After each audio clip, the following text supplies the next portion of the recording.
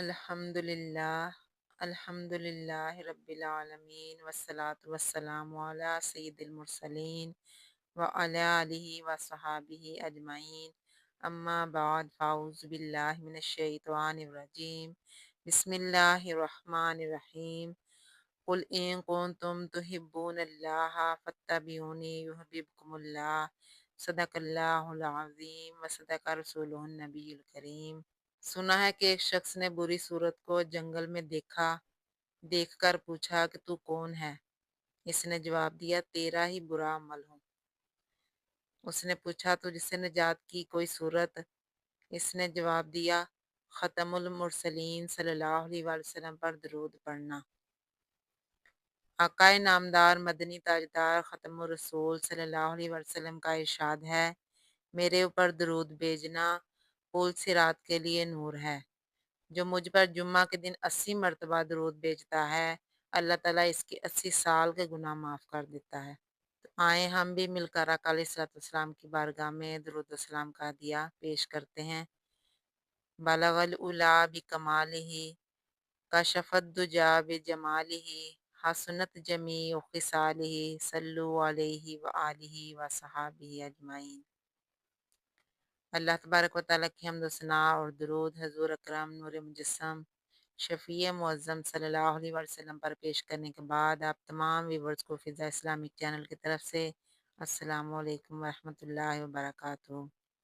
جیسا کہ ہمارے شیڈول کے مطابق آج کا ہمارا درس قرآن و حدیث ہے، جس میں آج ہم محبت کے متعلق بات کریں گے۔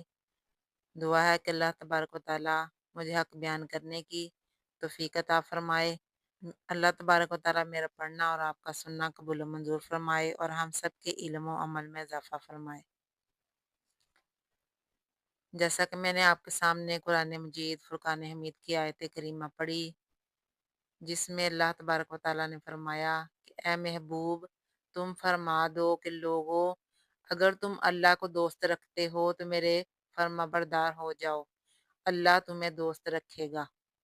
اس آیت کا شان نزول یہ ہے کہ نبی اکرم صلی اللہ علیہ وسلم نے کعب بن اشرف اور اس کے ساتھیوں کو دعوت اسلام دی۔ اس پر انہوں نے جواباً کہا کہ ہم تو اللہ کے بیٹوں کی طرح ہیں اور اس سے بہت محبت کرتے ہیں۔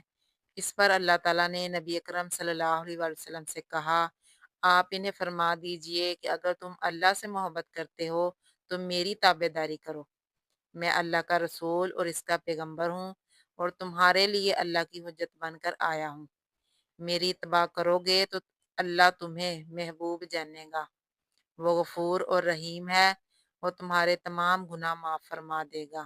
مومنو، اصل محبت اللہ کے احکام پر چلنا ہے، اس کی عبادت کریں، اس کی رضا جوئی کریں۔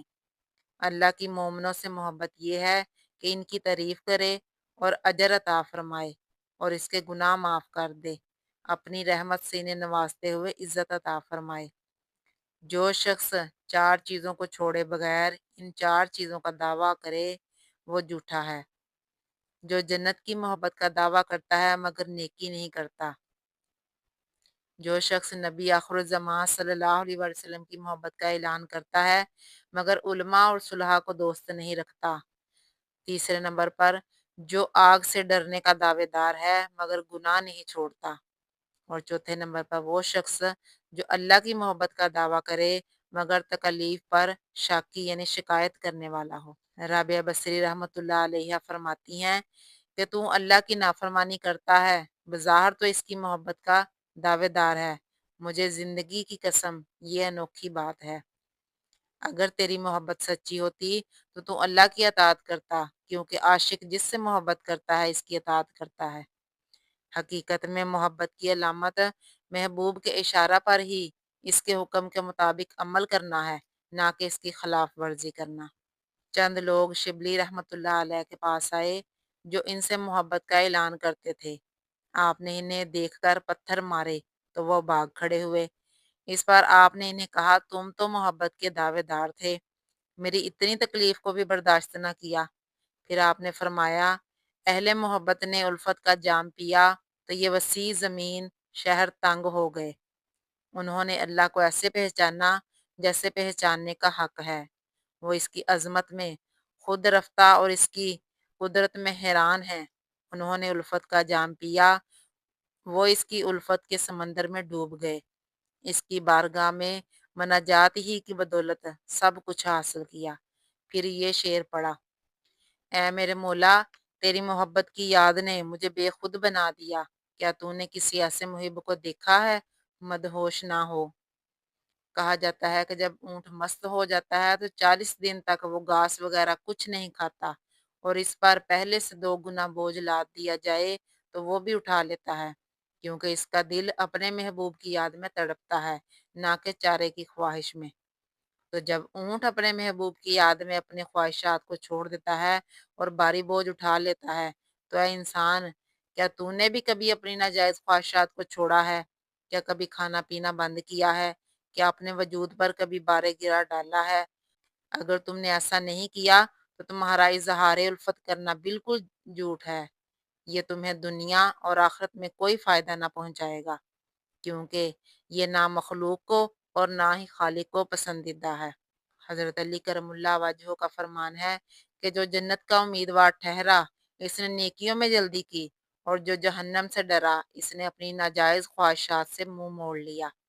جسے موت کا یقین آ گیا، وہ لذات دنیا سے کنارہ کش ہو گیا۔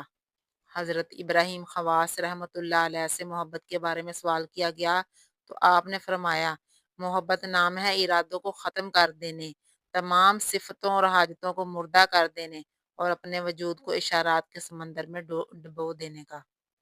منصور حلاج کو قید میں جب 18 دن ہوئے تو شبلی رحمۃ اللہ علیہ نے جا کر دریافت کیا: منصور، محبت کیا ہے؟ اس نے کہا: یہ سوال کل پوچھنا۔ دوسرے دن اسے مقتل کی طرف لے جا رہے تھے تو شبلی کو دیکھ کر کہا: محبت کی ابتدا جلنا اور انتہا قتل ہو جانا ہے۔ تو اس سے یہ اشارہ ملتا ہے کہ منصور نے جب اس رمز کو پا لیا کہ اللہ کی ذات کے سوا ہر شے باطل ہے، ذات الہی ہی حق ہے، تو وہ اپنا نام تک بھول گیا۔ اس نے پوچھا: تمہارا نام کیا ہے؟ تو جواب دیا: میں حق ہوں۔ منتہا میں ہے کہ محبت کا صدق 3 چیزوں سے ظاہر ہوتا ہے: محب محبوب کی باتوں کو سب سے اچھا سمجھتا ہے، اس کی مجلس سب سے بہتر، اور اس کی رضا کو سب پر ترجیح ہوتی ہے۔ جیسا کہ اللہ تبارک و تعالیٰ نے قرآن مجید میں فرمایا: کیا لوگوں، اگر تم اللہ تعالیٰ کی محبت پانا چاہتے ہو تو میرے محبوب کی اتباع کرو، تو اللہ تبارک و تعالیٰ تم سے محبت کرے گا۔ تو جیسا کہ قرآن مجید میں اللہ تبارک و تعالیٰ نے فرمایا کہ اے محبوب، تم فرما دو کہ لوگوں، اگر تم اللہ کو دوست رکھتے ہو تو میرے فرما بردار ہو جاؤ، اللہ تمہیں دوست رکھے گا۔ تو ہمیں چاہیے کہ ہم آقا علیہ الصلوۃ والسلام کی اتباع کریں، آپ علیہ الصلوۃ والسلام کی سنتوں کے مطابق اپنی زندگی گزاریں، اور آپ علیہ الصلوۃ والسلام سے محبت کریں، تاکہ آپ علیہ الصلوۃ والسلام کی محبت پا کر ہم اللہ تعالیٰ کی محبت بھی پا سکیں۔ اللہ تبارک و تعالیٰ کے حضور دعا ہے کہ اللہ تعالیٰ ہمیں اپنی اور اپنے پیارے محبوب صلی اللہ علیہ وسلم کی سچی اور پکی محبت عطا فرمائے، اور آپ علیہ الصلوۃ والسلام کی اسوہ حسنہ کے مطابق زندگی گزارنے کی توفیق عطا فرمائے۔ وآخر دعوانا ان الحمد للہ رب العالمین۔